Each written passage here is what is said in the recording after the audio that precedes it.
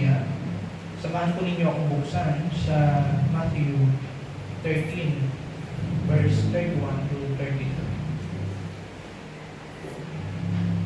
Matthew 13, verse 31 to 32. Kung kayo po ay nabuksan nyo na, nakita, let us all stand bilang kagalang sa pagbasa ng salita ng ating Panginoon.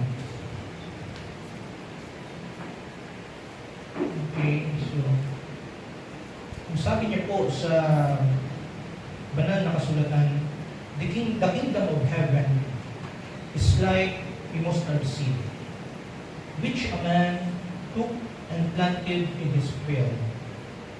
Though it is the small, though this is the smallest of all seeds, yet when it grows, it the largest of garden plants, and become a tree, so that the bird come perch in branches. So let us bow our heads.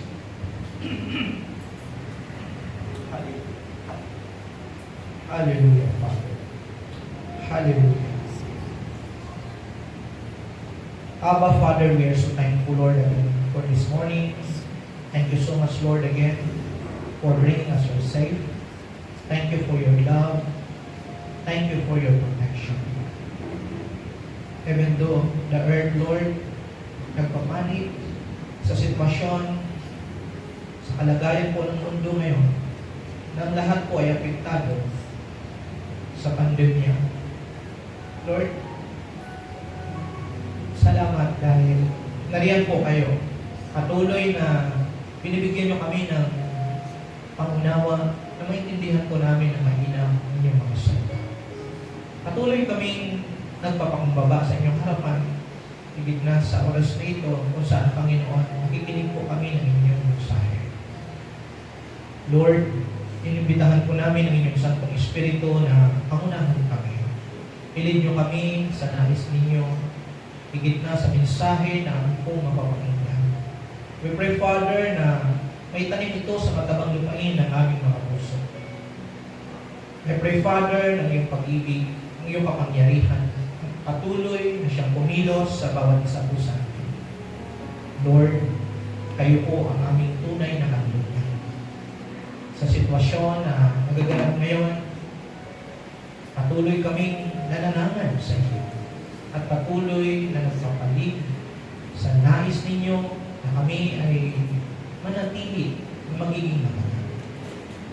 O Diyos, naming Ama, piniling namin ang iyong banal na presensya ang siya maghari sa aming kalagitnaan. Lord, alam namin na babaliwala ang gawain ito kung wala ang inyong banal na presensya. We pray, Father, na kayo po ang magsalita sa iyong abang lingkod. Kayo ang aming marinig. Kayo po, Panginoon, ang aming nararamdaman. Father, tago niyo po sa iyong likuran ang iyong abang lingkod. I pray, Father, na kayo ang siyang magsalita sa bawat isa po sa amin. Salamat at may ganitong gawain sa kabila, Panginoon, na meron pa rin pong restriction. Patuloy kaming susunod sa nais ninyo. Father, patuloy po kaming humingi ng covering na pagkaloob sa iyong mga anak upang ang bawat isa po sa amin ay maging secure. Kayo po, Panginoon, ay nangako na ang inyong mga anak ay hindi ninyo iiwan, hindi ninyo papabayaan. Ang inyong mga kamay ay laging naroon, handang mag-ingat, magbantay, at mag-defend sa bawat isa po sa iyong mga anak. At patuloy kaming manangan dito, Panginoon, sa inyong mga salita. Lord, dalangin ko rin ang mga naiwan sa mga tahanan kung saan narito ang iyong mga anak. Ingatan niyo rin po ang aming mga mahal sa buhay, ang lahat ng mga pinagkatiwala niyo sa aming mga properties. Father, thank you so much for your love. We pray, Father, na kayo ang siyang mapapulihan lamang sa aming pagtitipong ito. Father, even ang mga nanonood sa online, sa live streaming, Father God, dalangin ko ang iyong patuloy na paghipo sa bawat isa sa kanila, na inyong mga salita ay patuloy na humipo sa bawat isa. at pagalingin niyo rin po, Panginoon, ang mga may karamdaman. Lord, katulad po ngayon, ang dami pong nagte-text na isama sa panalangin ang kanilang mga kamag-anak ng iba, Panginoon, ay mga positibo. We pray, Father, in the name of Jesus, alam ko walang imposible sa inyo, Panginoon. Patuloy namin nilalapit at ipinagkakatiwala sa inyo, Panginoon, ang lahat ng bagay. Sa pangalan mo, inihiling namin na mga taong ito na lumalapit sa iyong gawain at sa iyong abang lingkod. Naniniwala kami, Panginoon, na kayo ang tunay na manggagamot at hindi maiksing inyong mga kamay upang hipuin ang mga taong ito na humihingi ng panalangin. Ibangon niyo sila, O Diyos, sa banig ng karamdaman. At we pray, Father, na makita nila ang iyong kabutihan, na sila ay magbalik loob sa inyo at patuloy na sumunod at maglingkod din, O Panginoon. Father, salamat po muli, hiniling namin na masiluhan din ang apat na sulok ng iyong tahanan na walang anumang gawa ng kaaway ang pumarong pa rito. Sa pangalan ni Jesus, sinasaway namin ang kapangyarihan ng mga spirito na nag-distract sa iyong gawain. In the name of Jesus, we pray for your covering at sa iyong banal na dugo ang siyang patuloy na maghugas sa aming mga puso upang makalapit kami sa kabanal-banalan ng inyong banal na dugo. Sa inyo na namin ipinagkakatiwala, Panginoon, ang gawain ito. Pagpalain niyo po ang inyong mga anak. Ito ang aming samudalangin muli na may pasasalamat sa pangalan ni Yesu Cristo. Amen. Sige po, let us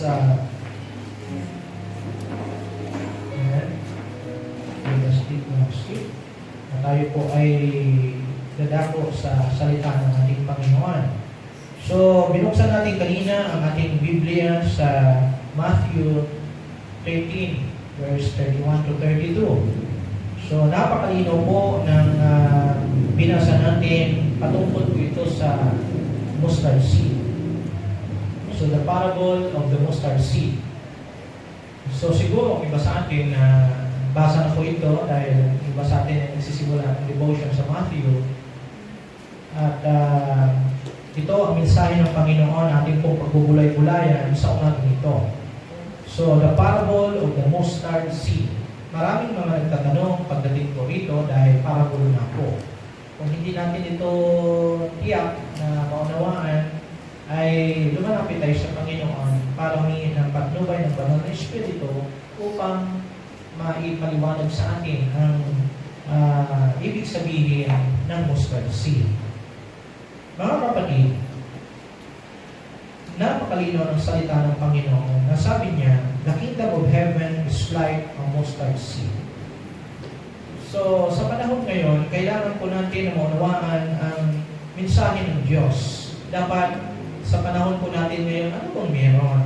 Bakit nagaganap at nangyayari itong tinatawag na pandemic sa ating bansa? Hindi lamang sa ating bansa, kundi sa buong mundo.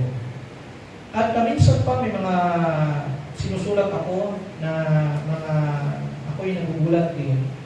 At nagpapasalamat ako sa Panginoon dahil marunong na ako mag-compose ng message na tuloy-tuloy at yung mensahe na nais niya magparating. So through this, nababasa ito ng lahat dahil ang internet o yung social media ay marami po ang nakakabasa nito.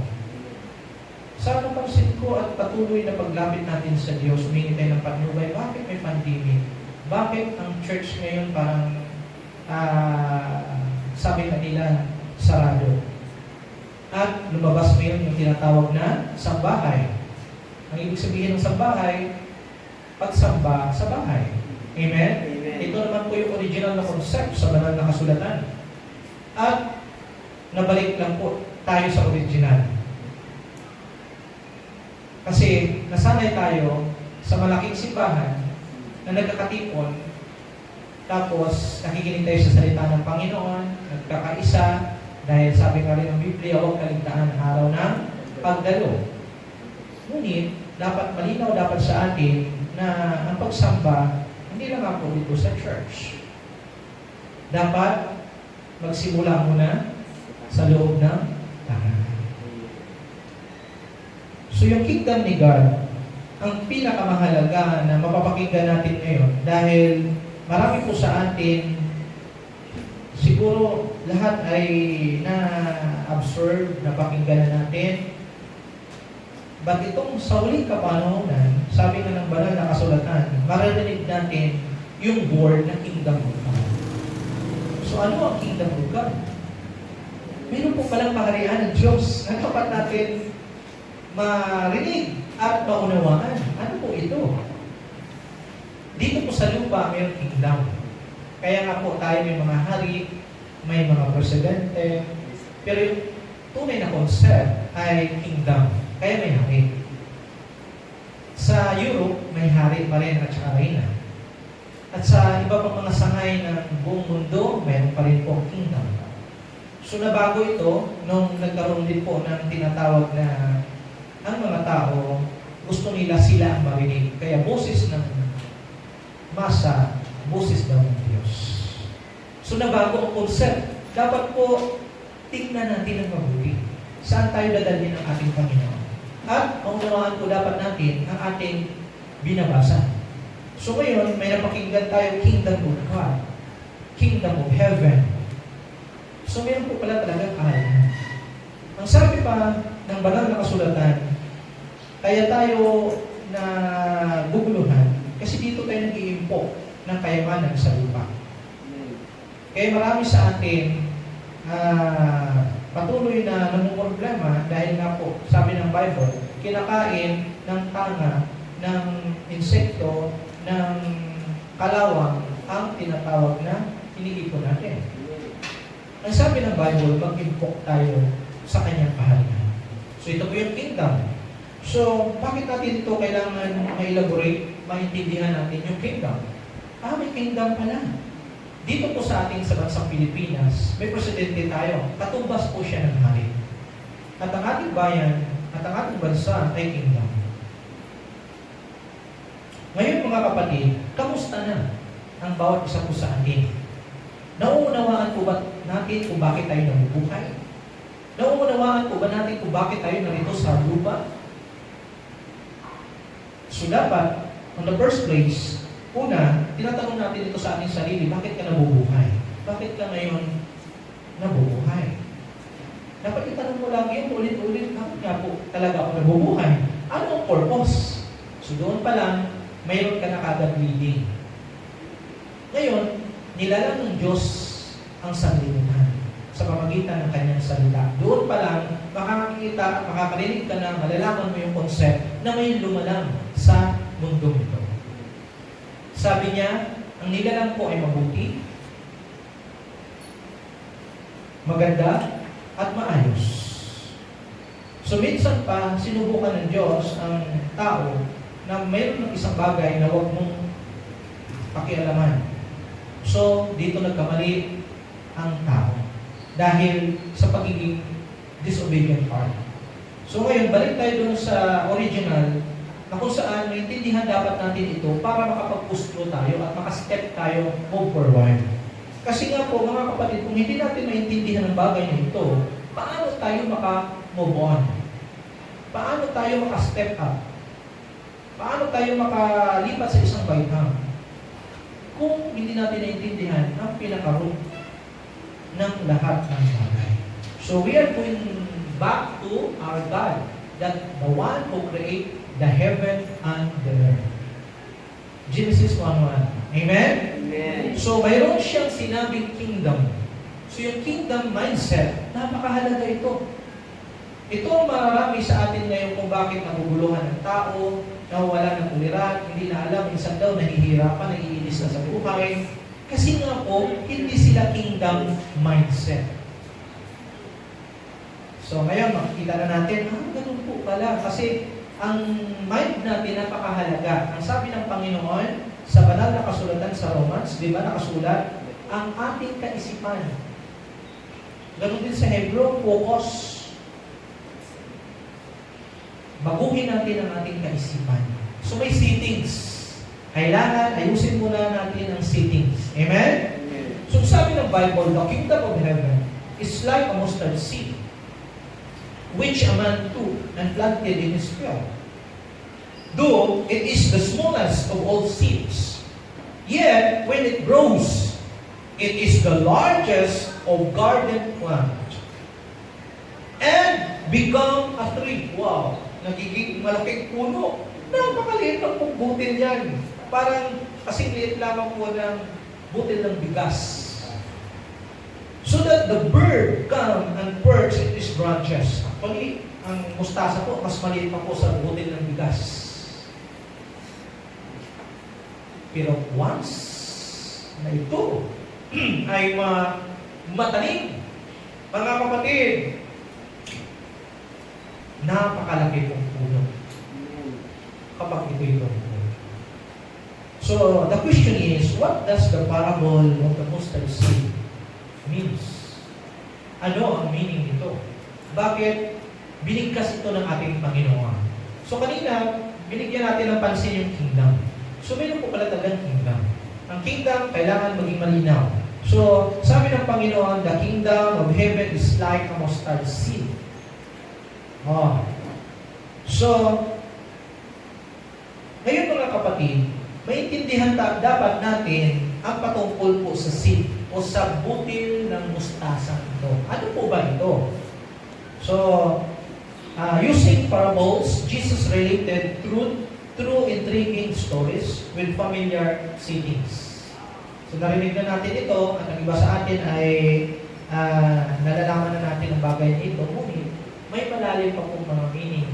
Kaya natin ang banal na Espiritu na magpapaliwanag at magbigay sa atin ng dagdag na pangunawa upang lubos pa natin maunawaan, idig natin ng malalim ang ibig niyang sabihin para mas lalo tayong maging knowledgeable about sa kingdom. Kasi mga kapatid, ang mga tao ngayon, ang kaisipan po nila nakafocus dito po sa mundo ito. So, pagdating ng problema, bagsak agad. Pagdating ng mga bagyo sa buhay, hindi siya makakatayo. Bakit? Hindi niya naintindihan bakit siya nabubuhay. Bakit may Diyos na lumalang ng langit at ng lupa. Amen? Amen. So ito ang kailangan ng mundo ngayon. Kung bakit tayo mayroong tinatawag na pandemya. Bakit ang mga tao ay apektado at ang mga tao ay natatakot? Bakit ang mga tao nahihirapan unawain? Dahil ang totoo mga kapatid, ang tao po ay nagkulang. Amen. Ang tao po, hindi nila sinunod ang salita ng Panginoon. Higit na ang instruction ng ating Panginoon. So, kailangan po natin ngayon magbalik loob, makinig tayo ng mabuti. Bagamat iilan lang at konti lang tayo sa maraming tao, take note ang sinabi ng Panginoon. Sabi niya, aking munting kawan. Munti. Pag sinabi konti, munti yun, di ba? Munti, konti. Konti lang. Yun lamang ang talagang sumusunod sa Kanya. Iilan lang po talaga ang totoong sumusunod sa Panginoon. Ngayon, wala din tayong maikaila. Wala din tayong maitabo lahat. Bakit? Naka-live stream tayo. Lahat nakamonitor ang buong mundo. Pag once sa binuksan ng isang bagay, nakikita ka live. Nakakarinig ang lahat ng tao kahit nasa bundok pa siya, kahit saan man siya. Dahil sa mga gadgets ngayon,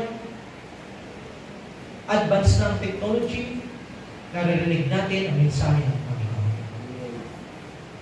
Ang sabi ng Bible, kapag nakarinig na ang lahat ng tao ng kanyang salita, mga kapatid, doon pa lang siya dati. Tama? Amen. Makakarinig muna kayo ng mga alingaw-ngaw, ng mga gyera, ng mga lindol, ng mga sunog, ng mga trahedya, ng mga sakit.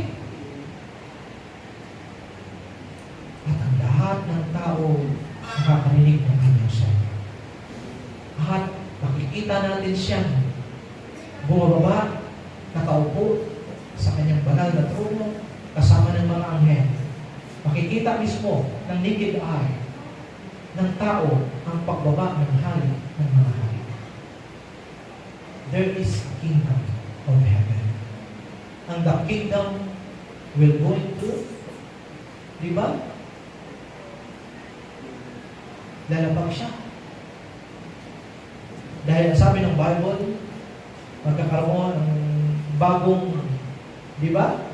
Lupa sa isang iglap, babaguhin ang lahat ng Panginoon, bababa ng Jerusalem. Right? Alam nyo, mga kapatid, kapag tayo po ay patuloy na nag-aaral, patuloy tayong nagbabasa, alam nyo, nagkakaroon ka ng kagalakan. Mas lalo kang nagiging deeper, mas lalo kang nauunawaan mo yung gusto niya. Ang maganda dito, pag once na unawaan mo na, ang buhay mo una, magkakaroon muna ng transformation. Ikaw muna ang maunang mabago. Ito yung sinasabi ng Bible.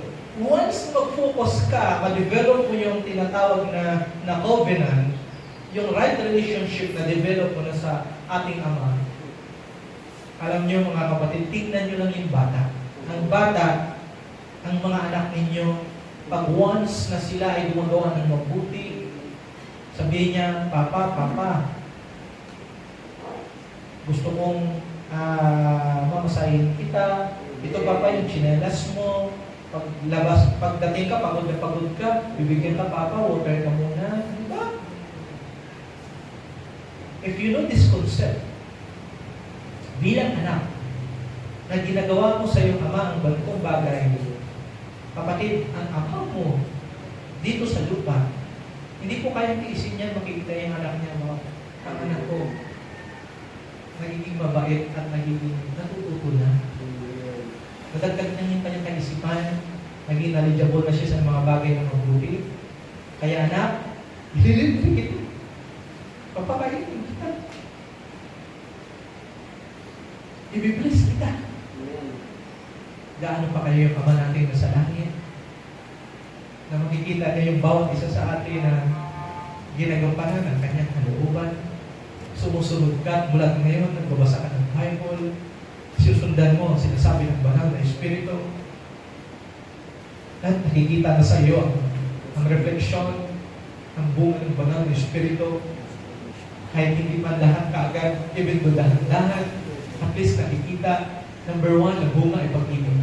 Dati puro kaaway, lagi kang hirap na hirap mo tindihin yung sarili mo. Aburido ka lagi. Pero ngayon, nung ikaw ay sumusunod sa Panginoon, nagpuspos ka, number one ang bunga ay pag-ibig. Dati, palaaway ka. Pero ngayon, love na. Dati, konting problema lang, nag-flare up ka kaagad. Pero ngayon, mga kapatid, mahaba ang pasensya mo. Amen. Ito yung mga bunga. Nawa, makita ito sa bawat isa sa atin, sa patuloy na pagdalo natin sa gawain, na hindi pabaliwala ang iyong pagdalo sa gawain. Na hindi pakukunwari ang ating paglingkod sa Panginoon na walang nakikitang pagbabago. Napakasarap po makita na yung anak mo ay natutunan. Napakasarap makita na ang anak mo lumalaki na maayos. Gaano pa kayo yung Ama natin sa langit na makita niya na ikaw, ginagampanan mo ang mabuting gawain at sinusundan mo ang tama, mas lalong ma-bless ang Ama at ikaw ay pagpapalain. Amen? So dito po, nililigtaw na po sa atin ang Espiritu ang Kanya, ang tunay na liwanag ng salita niya para maintindihan natin at maunawaan natin kung bakit nagaganap ang ganitong bagay, bakit ka nahihirapan. Dahil ang totoo kapatid, you don't know the Word of God, you don't know the instruction of God. Ang sabi niya po, lagi, if you love me, you will obey my commandments. Ngayon mga kapatid, ang linaw ng salita ng Panginoon, sabi niya, using parables, Jesus related through this mustard seed. Our grasp of this parable hinges upon a correct understanding of its key elements. So mayroon po siyang mga elemento na kailangan natin maintindihan. Mayroong the sower. Okay, number one, sower, the sower. Number two, mustard seed. Number three, the grape tree, which grew from it. and the birds which perch on its branches. So the first two elements are easily understood. Ano po yung dalawang elementong ito? The mustard seed, di ba? The first two elements are easily understood. The number one elements, the sower. Okay, the sower is Jesus Christ Himself. He is the planter who came to atone for our sins so that we might become fruitful. So siya palang sower. Sower is Jesus Christ Himself. He is the planter who came to atone for our sins. Siya po ay pinadala ng Ama, siya po'y narito, nagkatawang tao, hinubad niya ang kanyang pagka-Diyos. Yan po ay malinaw na nakasulat sa Filipos 2:6. Nasabi niya, hinubad niya ang kanyang pagka-Diyos, nagkatawang tao. Kaya, ang kalagayan po ng Panginoon, tao, nung siya po'y nasa lupa. Pero may pinanggalingan po siya. Marami pong mga nagtuturo na si Jesus tao lang daw. Mayroon pa nga pong nagtuturo, si Jesus po ay anghel lang. Marami pong mga katuruan. Kaya kung ikaw ay hindi rooted sa kanyang salita, maliligaw ka rin. Ang linaw, hinubad niya ang kanyang pagka-Diyos, nagkatawang tao. Kaya tinawag po siyang ang taong si Jesucristo. Amen? Amen. Pero wala pong tao na nanggaling sa langit na bumaba sa lupa. Nililinaw na natin to, mga kapatid. Kasi hindi rin sa pagandahan ng simbahan, hindi rin sa palakihan, hindi rin sa paramihan. Ang sinasabi ng Panginoon, yun lamang nakikinig sa akin, munting kawan sa akin. Piliin ninyo ang makipot na pintuan, maliliit lang sila. Ngunit nagtuturo sila ng daan patungo sa kingdom of God. Huwag na huwag kayong pumasok sa maluwang na pintuan, sapagkat ang dulo nito'y kapahamakan. Hindi nila kilala ang kanilang kapwa-kapatid. Hindi nila kilala ang kanilang pastol. Kaya nga may pastol eh. May tupa. Aalagaan ng pastol ang kanyang mga tupa. Pinapanalangin niya dapat everyday. At dapat ang tupa lumalago. Amen? So the mustard seed was the smallest seed known at that time. So napakaliit po ng butil ng mustasa. The mustard seed represents the gospel. Ang sower, si Jesus Christ. Ang butil ng mustasa ay ang salita ng Panginoon. Wow. Right? The mustard seed represent the gospel, starting very small but growing to reach millions throughout the world who will inherit the kingdom. Napakaliit lang po ng butil ng mustasa. Once na ito ay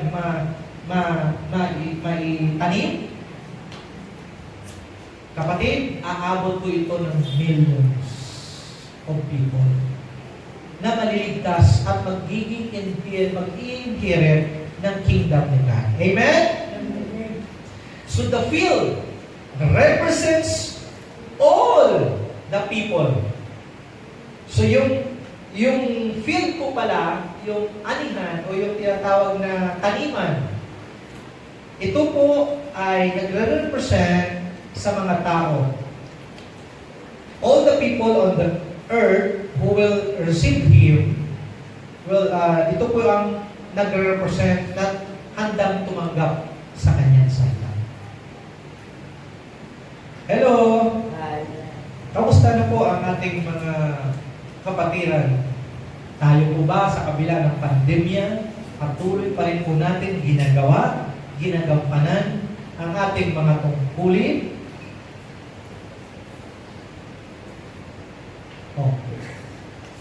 Bakit tumahimik?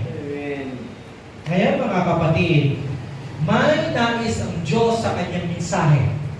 May nais ang Panginoon na may parating niya sa ating lahat na dapat ginagampanan po natin ang ating obligasyon. Alam naman po natin yung tinatawag na butil ng mustasa. This is represent. Ito yung gospel. Amen? Amen. Ang gospel ay, kapatid, dapat marinig ng lahat ng tao. Ang gospel, kailangan may tanim. The King James Version says, it is the greatest among all herbs. Sabi ng King James. Growing far, reaching branches beyond natural explanation. Nakikita natin, lumalaki ang napakaliit na butil na ito, nagiging malaking puno. See, napakaliit niya lang, pero lumalaki. May ibig sabihin yan. Ngayon, nalaman na natin na yung sower, si Jesus, yung mustard seed, represent as gospel. And the field, ikaw yun. Sabihin mo, field, I am the field. Ikaw po, ang field. Tayo po. Once na mahasikan po tayo ng mabuting balita, mabubuhay ito, depende sa iyong paglago. Tingnan mo ngayon katabi mo kung bansot or lumalaki na. Bonsai pa rin? Or malaki na rin siya? Mga kapatid, napakasarap pong unawain ang salita ng Panginoon. Amen? Once na maintindihan mo ito, napakasarap pong mabuhay. Bakit? Alam mo kasi na mayroong instruction ng Diyos at ang sabi ng Panginoon, we are going to follow His word. Amen? So the tree, mayroon pong tree na tinatawag, ito po yung dating butil. Nung itinanim, lumaki po siya. Amen? The birds of the air in this parable probably come from the Greek word ornion. So, ibig sabihin po niya, ang ibig sabihin ng the bird of the air in the parable probably come from the Greek word ornion. Okay? So, signifying to perceive, to hear. So, kailangan po pala natin matanggap, kailangan natin marinig ang tinatawag na salita ng Diyos. Kasi kung wala po tayong napakinggang salita ng Panginoon, paano po tayo maliligtas? Paano tayo ma-aware? Kaya nga po, naglatag ang Panginoon ng instruction. Amen? Amen. Alam nyo, mga kapatid, napakasarap po talaga pag naintindihan ng bagay nito. So yung mustard seed, napakaliit lamang. Ngayon, naintindihan natin, yung mustard seed po pala, it represents as gospel, as the word of God. And the sower is Jesus Christ. Naparito siya, nagkatawang tao, mga kapatid, para tayo iligtas. Siya ang magbabayad ng ating mga kasalanan na hindi dapat tayo ang parusahan.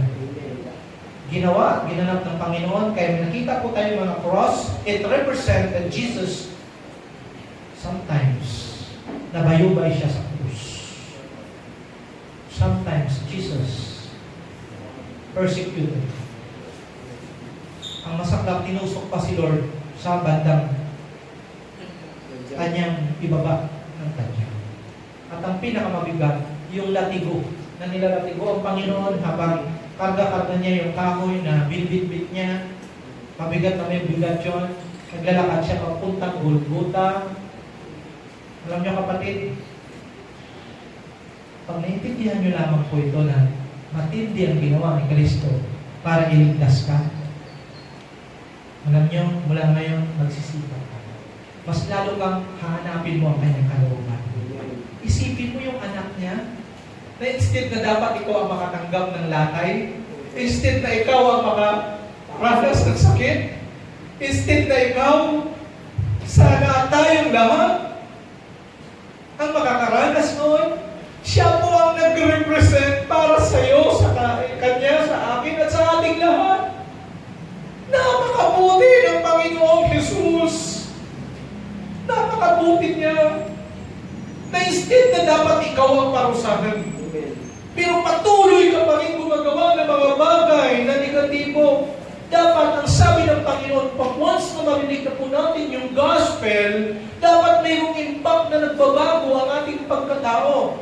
Dapat mayroong tayong transformation, mayroong patutuo, mayroong fruit na tunay na tinanggap mo na talaga ang butil ng katotohanan. So yung parable of the mustard seed, napakaliit lamang po nito. Pero once na ito ay pumasok sa puso mo, lalaki na lalaki ito na katulad ng malaking puno. Na kung saan ang mga birds, ang mga ibon ay naroon, nagsisilong. May ibig sabihin pa rin po yan. Bakit binigkas ito ng Panginoon? So yung seed, alam na natin, ito po pala yung Word of God. Dapat po ma-perceive, matanggap natin. Dapat makamit natin. At to hear, marinig natin ang katotohanan. A tree whose large branches offer a sanctuary for birds. Wow. Was a familiar Old Testament symbol for a mighty kingdom which gave shelter to the nations. Dapat ganun ang pinaka-original concept. Kung naintindihan lamang sana ng mga hari ang katotohanan. May nabasa po ako sa Bible, especially sa Revelation. Nililigawan po pala ng kampo ni Satanas. Sino? Ang mga hari ng buong mundo. Nililigawan niya. Ibig sabihin, mga kapatid, pag once na naliligawan niya ito, ang kaisipan ng hari nababago. Instead na sumunod sana sa salita ng Panginoon. Amen? Amen. So ito ang isa sa mga nagiging problema ng marami. Kaya ang tamang sabi ng salita ng Panginoon, once na ang leaders natin ay may banal na pagkatapos sa Diyos, ang bansa ay pinagpapala. Amen. Ang bansa ay maayos. Ang bansa ay may tinatawag na kaayusan. Ngunit kapag ang pinuno natin corrupt, kapag ang pinuno natin iba ang kanyang kaisipan, ang bansa po natin, ang bunga nito, sumpa. Dahil nililigawan po pala ni Satanas ang lahat ng mga hari sa buong mundo. Revelation po yan, assignment. Mga kapatid, that's why we are here. God sending His people, those shepherd, siya ang magpapastol sa mga tupa ng Panginoon. Kaya nagsabi ang Panginoon sa Acts, nang sabi niya, marami pa po akong mga kawan na wala sa loob ng kanyang sanctuary, ng kanyang iglesia. Ang ibig sabihin po, ang isang iglesia, hindi po yung structure, hindi po yung building. Ang iglesia tunay ay composed of those people na mayroong pong fear of God, mayroong banal na pagkatakot sa Diyos. Ito yung tinatawag na mga ligtas. Ang bawat isa po sa atin may kanya-kanya tayong gampanin. Siya ang ulo ng iglesia. Ikaw, ako, sila, tayong lahat ay tinawag ng Diyos, yung mga ligtas. Pag once na magkakatipon na tayo as fellowship, yung tinatawag na in-gathering, tinatawag ko ito iisang iglesia. Kaya kapatid, ang tunay na iglesia, walang iba kundi ikaw. Ikaw. Tayong lahat na mga ligtas na tinawag ng Panginoon. That's why once na kulang po ang katabi mo, mamimiss mo siya, ay, ba't kaya wala yung kapatid ko? Ano kaya meron? Bakit nagkasakit? So your heart will go into think on prayer on him or here. Pag-pray mo siya, baka may sakit, hindi mo siya kasama ngayon. Alam niyo kapatid, pag once susunod tayo sa salita ng Panginoon, ang bukil na ito, pag napakinggan natin at naitanim sa matabang lupain ng ating puso, makikita po ang tunay na transformation. Pag once na pumasok na po yung bukil ng katotohanan, lalago ito. Kaya po, pansinin niyo po ang sinabi ng Panginoon sa kanyang salita. The tree represent earthly greatness and rebukes to the nations. The tiny mustard seed growing to be a tree. Wow! Ang napakaliit na bukil ng mustasa, kapatid, ito ay lalaki at magiging isang puno na kung saan napakahaba ng kanyang mga sanga at ang mga ibon ay nagpupuntahan doon, nagsisilong. So the tree represent earthly greatness. Ito yung dakila at refuge to the nation. See? Kapag lumaki na po yung puno, maayos po yung ulo, maayos po yung kaisipan niya, puspos ng salita ng Panginoon, hindi siya nagpapadikta sa mga negatibo, lalaki ang puno, ito po ay tinatawag na shelter. Ito yung tinatawag na refuge. Pag sinabi natin refuge, anong ibig sabihin? Kanlungan. Kapag maayos po ang punong ito,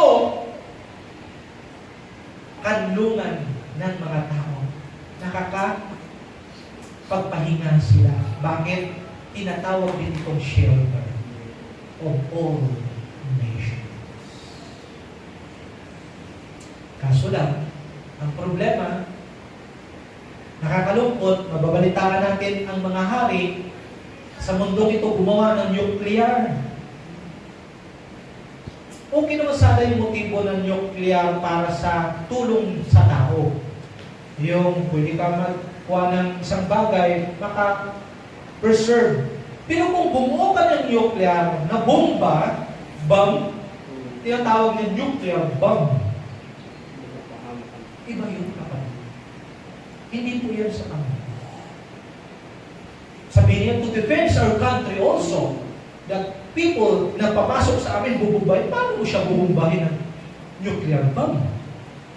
Isipin mo nangyari doon sa Japan, atomic bomb. 30,000 plus sa isang bagsak na bahay. Pag sinabing nuclear, iba yun. Hindi gagawin ng tunay na may takot sa Panginoon ang ganitong bagay upang wasakin ang ginawa ng Panginoon na pinagkatiwala sa atin. Ang ibig lang pong sabihin, naligawan po ng kaaway ang lahat ng mga hari sa mundo. That's why darating yung takdang panahon, kukontrahin nila ang Panginoon. Magre-rebelde ang tao. Nakasulat naman kasi yan. Kaso lang, lagi kong sinasabi, ang mabuti, magpapakabuti. Ang masama, mas lalo. That's why the Lord said to every one of us, His message, this is the on time itong message ni God, na dapat po ang mga anak niya, dapat tayo ay nagliliwanag. Dapat tayo nagsisikap ngayon. Hindi tayo pawarti-warti. Ang marami ngayon, kita mo, may pandemic, parang lahat ng tao na quarantine, para magbalik loob ang tao sa Panginoon. Pero iilan lang. Kung i-check natin, iilan lang kaya ang pagdating ng gawain, ng pagtitipon, meron kayang isang tahanan na isang pamilya ay nagkakatipon para magpasalamat sa Diyos. Mayroon kayang isang pamilya na total quarantine man, wala rin tayong simba kasi bawal ang tinatawag na senior. Bawal din yung batang pumunta dito. Mayroon kayong nakaisip nito samantala lagi itong nakabarakan sa Facebook at sa social media yung mga sinusulat ng mga lingkod ng Diyos. This is represent that you and your family nagpakumbaba kayo sa harapan ng Panginoon at humingi kayo ng tawad. I hope and pray that those families and our families in this church will do this also. Mayroon pong nangangamba naman, sabi nga, may pinagpipilian kung babalik po tayo sa ECQ. Kapag magbalik tayo sa ECQ, wala naman tayong pananambahan na katulad nito. So every time, my dear brothers and sisters in Christ, we are going to be sensitive sa pagkilos ng Santong Espiritu. Huwag mo na akong tingnan. Tingnan nyo na lang yung salita ng Panginoon. Kasi sa tuwing ako po ay nagkakaroon ng tinatawag na yung panalangin natin, patuloy tayo sa Panginoon, iba po eh. Mayroon po pagbabago na nakikita. At mas lalo kang nagiging rotten. Lalo kang, minsan nga, hindi ko naaaliw ako, basa ako ng basa. Nagugulat ako madaling araw na pala, pag alas 4 na gising pa rin ako. Kasi nga magbabasa, ang sarap na magbasa. Yung pinaka, hindi ko makalimutan, yung ancient name, yung sacred name, nang basa ako ng basa, nawag na po ako ng alas 4, nagkaroon ka ng kagalaman. Dapat mga kapatid, tayo lahat, mas lalo maging open sa salita ng Panginoon. Kasi the 300% earthly greatness and refuge to the nation sana. Ito yung pulo na sarang kanlungan ng lahat ng mga tao. Kaso lang, nakakalungkot. Ang mga tao ngayon, away. Tingnan mo, matanda na nga yung Pangulo natin, inaaway-away. Matanda na nga po, binabato kung ano-ano. Sana, kung naiintindihan naman po natin ang salita ng Panginoon, makikita natin yan sa 2 Timoteo, sabi nga doon, na ang mga pinuno natin ay panalangin natin sila. Hindi mo sila lalabanan na away. Ito po yung obligasyon natin. Kaso lang yung makakaliwa at mga kaisipang may rebellious spirit, kapatid, kaya walang pagulungan. Kahit sino pong umupo. Napansin nyo? Kahit sino umupo. Lagi na lang nalaban. Alis ka dyan, alis ka dyan. Mga kapatid, bakit? May kulang ang tinatawag na katotohanan. The truth shall set us free. Kapag ang salita ng Panginoon sana mailapat at makarinig na katotohanan, ang mga taong ito, mga kapatid pa rin natin yan sila. Kasi we are Filipino. Kapatid, ang bansa natin magiging maayos. Kaya ang ating panalangin, kaya tayo magkaroon ng kapayapaan. Samantala, ang Biblia nagsasabi, nililigawan ng kaaway, kaya ibig sabihin, kapatid, naguguluhan ng maraming mga pinuno. Kasi isa pa sa nagiging problema ng pinuno, hindi sila nakikinig sa mga tunay na anak ng Diyos. May advisor dapat. So ito isa sa mga nagiging problema ng marami. Tingnan mo, wala nga po mga chaplaincy sa bawat offices ng government eh. Kasi matagal ko na itong tinitingnan. Iilan lang, maririnig mo. Samantala, sa batas natin, may nakalagay naman doon na may isang dapat chaplaincy. So, puro na lang re-represent, puro batas, pero hindi naman ina-apply. Ito ang problema ng marami sa atin. Kaya, ang problema ng ating lipunan, ng ating bansa, ng mga churches, kasama na lahat, ang problema po, yung instruction. Ito po yung batas ng Diyos na dapat sinusundan natin lahat. So, linawin lamang po natin mga kapatid, Jesus came not to destroy the law of God, but to fulfill. Marami po ako narinig na ganitong mga aral na nakakalungkot. Hindi na daw kailangan ng batas. Kapatid, ang linaw. Law cannot save us. Just only Jesus Christ. But the proof of salvation is the instruction of God. Nandun yung proof ng pagbabago.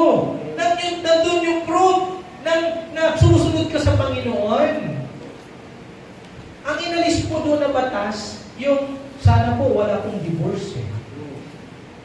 Dahil napakatigas ng ulo ng tao, inalaw ito ni Moses. Ang inalis po yung mga batas ni Moses. Pero yung batas ng Diyos po, nananatili yan. Kasi yun ang magiging gabay natin. Instruction. Kailangan magiging malinaw ito sa atin. Mga kapatid, ang mustard seed, napakaliit lamang po yan. Pag once na marinig po natin, ngayon nalaman na natin, yung sower pala walang iba kundi si Jesus. Yung mustard seed represent as gospel or the word of God. And the field is us. Tayo yung field. Pag once na mahasikan ka ng butil, napakaliit ng mustasa, pag once na ito po'y tumubo, nagiging malaking kahoy. At ang sabi ng Bible, na malaki ang kanyang mga sanga, kanlungan. Doon na pupuntahan, nagsisipuntahan ng mga ibon. At sabi nga po sa ating binasa kanina, na yung puno, ang tawag po dito ay shelter or refuge. Ito po pala ang nag-represent sa ating nation. Sana na ang mga tao kanlungan ng ating bayan, ng ating gobyerno. Ngayon, mga kapatid, we are so thankful for the Lord because the Lord, siya ang nagbibigay ng paunawa sa bawat isa. At wala rin pinuno na namumuno sa lahat ng gobyerno na hindi po inalaw ng Diyos. Kaya kung pansinin po ninyo, nanunumpa po sila sa banal na kasulatan. Ibig sabihin, mas higher ang salita ng Panginoon. Amen? Amen. At kung sumunod ka lang sa batas, wala pong sakit sa ulo. Dahil ang mga batas na ito para sa ikabubuti natin. At may batas din po ang makasalanan. Nilagay din po yung batas para hindi po makagawa ng kasalanan. At ang batas din po, kapatid, represent also para rin ito sa mga makasalanan. Yan ha, linawin po natin ang dalawang pangunawa. Jesus came, kung tatanggapin mo si Jesus, hindi ka na dapat saklaw ng batas. Kasi ang batas para po sa mga pasaway. Malinaw? Amen. Amen. Kung naiintindihan mo po ito, kung talagang si Kristo ay nasa puso mo. Kasi kung si Kristo ay nasa puso mo, mamumuhay ka ng maayos, hindi ka lalabag sa anumang batas. Hindi ka gagawa ng anumang masama. Kasi alam mo, kapatid, paglabag, disobeying na kaagad yan. So ngayon mga kapatid, kung sumusunod lang tayo sa salita ng Panginoon, magiging maayos po ang ating buhay. So dapat lumalago ang mustard seed na ito. Katulad po ng puno. Makikita natin, may puno tayo dyan. So lumalaki po siya. Ang tinatawag siyang kanlungan, ito po yung tinatawag ng Panginoon na the tiny mustard seed growing to be a tree symbolizes Jesus' offer of refuge and life in God's kingdom. Kaya sinabi niya kanina sa atin, sa kanyang banal na kasulatan, the kingdom of heaven is like a mustard seed. Why? Because we know the truth, ang katotohanan, ang kanyang sinabi, Jesus offered a refuge and life in God's kingdom. So nag-represent po na ang Panginoon po ay nag-o-offer po sa atin ng tunay na kanlungan, tunay na kapayapaan, tunay na kaligtasan. Ito ang offer ng Lord sa atin. Yan po ang ibig sabihin ng the parables of the mustard seed. Ngayon, alam na natin yung sower represent of Jesus Christ Himself. He came to atone our sin para tayo ipatawarin kung sinong tumanggap at kumilala sa Kanya upang mapatawad tayo sa ating mga kasalanan. Sino ang field? Ikaw, ako, tayong lahat. Yung mustard seed, it represent a gospel or word of God. Na kapag pumasok ito sa puso natin, lalago ka, ikaw ay magiging tunay na mananampalataya. Lalago, magiging fruitful. Tingnan mo yung katabi mo. Mula ngayon, tingnan mo siya. Sa susunod na 3 taon, dapat meron tayong perspective ngayon na focus. That's why I always ask to the Lord. Dahil sinimulan ko yung 3 years and 5 years na target, yung goal natin. Nangyari na po yung 3 years natin. Hinihingi natin sa Lord, binigay niya. Dapat tayong lahat may goal settings. Ganon din po ang bawat isa po sa atin. Dahil ang pangako ng Panginoon, kapag maunawaan po natin yung kanyang salita, ang buhay natin, makakalasap tayo ng buhay na ganap. Di ba buhay na kasiyasiya? Amen? Amen. So, ulitin natin. Tingnan ninyo ang inyong katabi.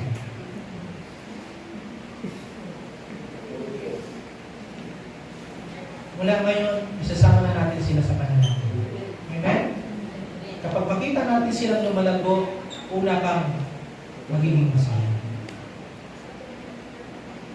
Masigit na magiging masaya ang tunay na pastol ng ating Panginoon.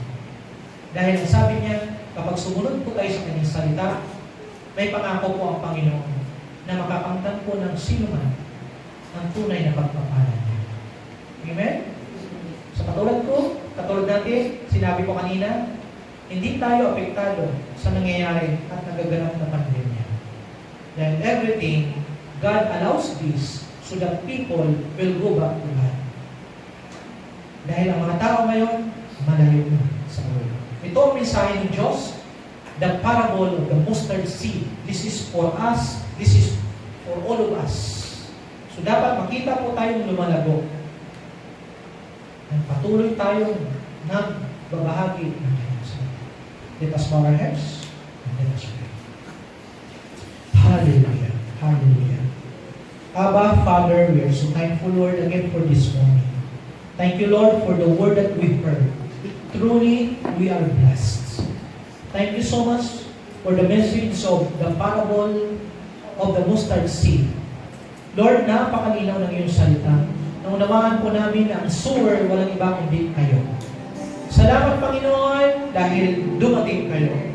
Sa kabila na kami, Panginoon, ay makasalanan, Ikaw, O Diyos, ang nag-represent para kami ay makatanggap ng tunay na kalayaan. Panginoon, maraming salamat sa ginawa mo sa krus ng Kalbaryo. Dahil doon, sa pamagitan ng iyong lakay, kami ay gumaling. Sa pamagitan ng mga sugat, Panginoon, na dinanas mo, gumaling din po bawat isa sa amin. We are so thankful to you, our Lord Jesus. Thank you for your love. Salamat, Panginoon, dahil sa kabila na kami po ay makasalanan, binigyan mo kami ng pagkakataon na makilala namin kayo, na maunawaan po namin ang inyong mga salita. Salamat sa banal na Espiritu Santo na patuloy na naglilid sa amin upang magpatuloy kami, Panginoon, sa gawain. Sa kabila, Panginoon, ng mga pagsubok na dinadanas ngayon ng buong mundo, Lord, ang inyong mga anak ay nananatili.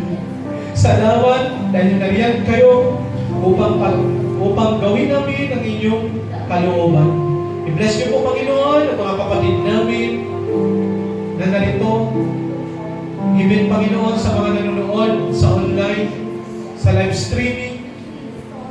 Alam kong hindi maigsin yung mga kamay upang hipuin at pagpalain ninyo ang bawat isa po sa amin. Patawarin niyo kami, Panginoon, kung ang iba sa amin, Panginoon, ay patuloy pa rin nagkakaroon ng mga rebellious spirit.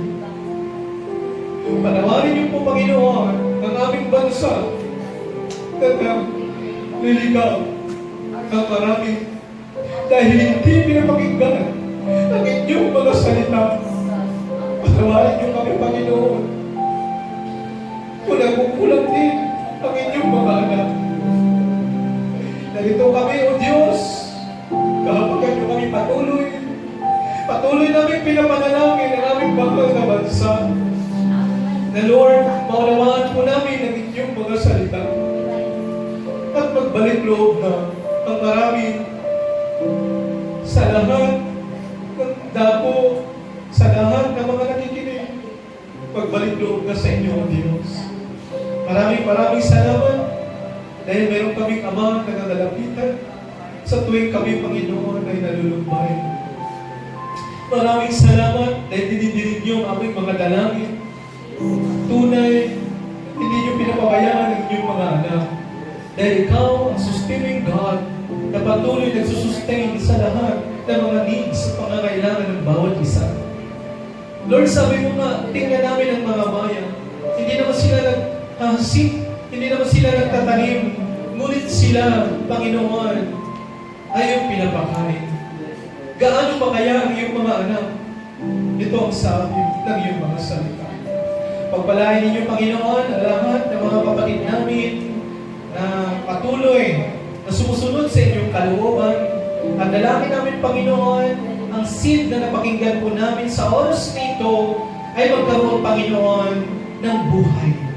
Lord, you are the water of life. Kayo ang nagbibigay sa amin, Panginoon, ng lahat ng mga pangangailangan. Nagpapasalamat kami at meron kaming Diyos na nakakaalam ng lahat ng bawat isa, nakakaalam ng mga pangangailangan. Salamat, Panginoon, dahil tunay ang iyong banal na salita. Salamat sa iyong mga pangako. Pagpalain niyo ang lahat ng dumalo sa oras nito. Ganon din, Panginoon, ang mga nakikinig sa live streaming. Father, pagpalain niyo po ang iyong mga anak na faithfully na sumusunod sa iyong kalooban. Salamat sa iyong mga salita. Nawa mamutawi ito sa bibig ng iyong mga anak na sila rin po ay magbahagi ng iyong mga salita at tumimo ito at may tanim sa matamang lupain ng kanilang mga puso. Salamat po ng marami. Salamat sa iyong pag-ibig. Ito ang aming samot dalangin na may pasasalamat, Ama. Hiniling namin ang lahat sa pangalan lamang ng iyong